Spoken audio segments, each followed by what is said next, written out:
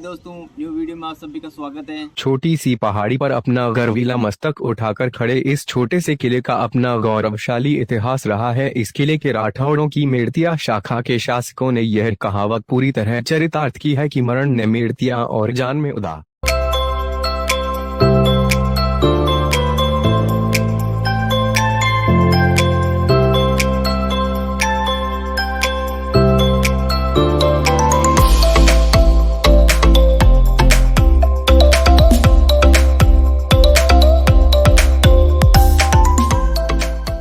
यहाँ के वीर शासकों ने अपने से बड़ी बड़ी सेनाओं को चुनौतियां दी है, जिन्हें पढ़कर लगता है कि उन्हें मरने का कहीं कोई खौफ ही नहीं था। उनके लिए जीवन से ज्यादा अपना स्वाभिमान व जातीय आन थी, जिसकी रक्षा के लिए वे बड़े से बड़ा खतरा उठाने के लिए मौत के मुंह में हाथ डालने से भी नहीं हिचकते थे। इस किले व यहाँ के वीर शासकों से ऐसी ही कुछ घटनाएं आज हम आपके साथ साझा कर रहे हैं। जोधपुर के महाराजा अभय सिंह जी ने अपने भाई बख्तर सिंह द्वारा भड़काए जाने पर बीकानेर पर 2 बार हमले किए। दूसरे हमले के वक्त बीकानेर के महाराजा जोरावर सिंह जी जोधपुर की सेना का मुकाबला करने की स्थिति में नहीं थे। अतः उन्होंने जयपुर के राजा जय सिंह जी द्वितीय को मदद के लिए पत्र लिखा। जोधपुर महाराजा अभय सिंह जी महाराजा सवाई जय सिंह जी के दामाद थे। अतः जयपुर के सामंत अपने दामाद के खिलाफ बीकानेर को सहायता देने के पक्ष में नहीं थे, लेकिन सीकर के राव शिव सिंह जी की राय थी कि यदि ऐसा नहीं किया गया तो जोधपुर की शक्ति बढ़ जाएगी, जो राजस्थान के अन्य राज्यों के लिए खतरा हो सकती है। अतः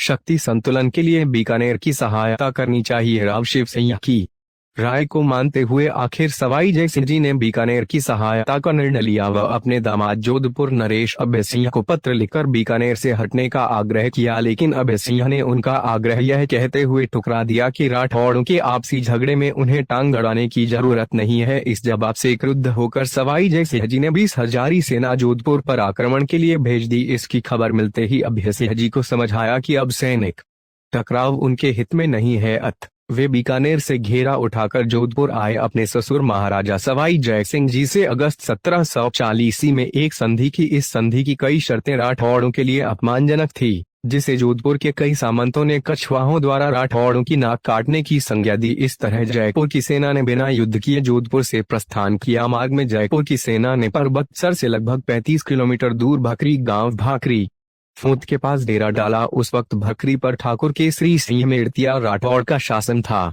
ठाकुर केसरी सिंह जातीय स्वाभिमान से ओतप्रोत बड़े गर्वीले वीर थे और उनके किले में स्थित शीतला देवी का उन्हें आशीर्वाद प्राप्त था। इतिहासकारों के अनुसार जब जयपुर की सेना का भकरी के पास पड़ाव था, तब नींदड़ के राव जोरावर सिंह ने झुंझलाकर कहा कि दश लगता है राठौड़ों का राम निकल गया, सो कछुआहों की तोपें भी खाली ना करवा सके।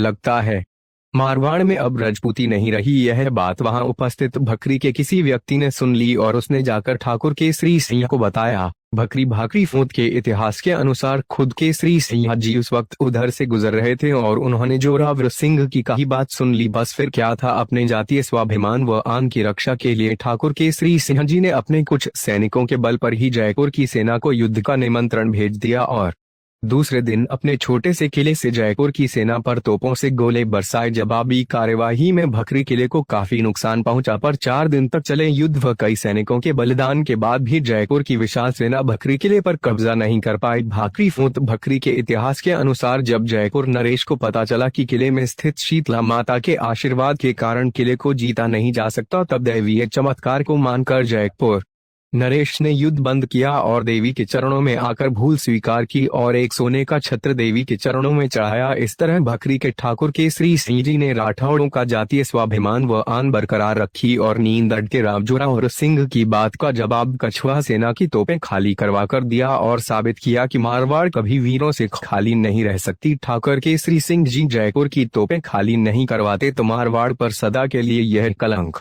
रह जाता। जयपुर सेना का गर्वभंग पर ठाकुर केसरी सिंह जी ने मारवाड़ की नाक बचा ली और यश कमाया। उनके यश को कवियों ने इस तरह शब्द दिए कि हरिया करनाल जे न जुड़ और जैसा सुम आ मोटी अवगाल रहती सिर मारू धरा। भाकरी फूंत भकरी इतिहास के अनुसार विषय 1687 में औरंगजेब गुजरात विजय से लौट रहा था। तब भकरी के ठाकुर दानीदास जी ने उसे भी युद्ध का निमंत्रण देकर रोका। तब दोनों के मध्य 5 दिन युद्ध चला। आखिर 5 दिन चले युद्ध में कई सैनिकों को खोने के बाद औरंगजेब को पता चला कि किले में स्थित शीतला माता के चमत्कार के कारण वे इस छोटे से किले को अधिकार में नहीं कर पाया। तब औरंगजेब ने देवी के चरणों में नतमस्तक होकर प्रणाम किया और एक स्वर्ण छत्र मातेश्वरी की सेवा में अर्पण किया। अपने से कई बड़ी बड़ी सेनाओं से लोहा लेने वाले भखरी किले पर आज भी आक्रांताओं की तोपों के निशान देखे जा सकते हैं। आक्रांता आए और चले गए, पर भखरी किला आज भी अपना गर्वीला मस्तक ऊपर उठाए शान से खड़ा है।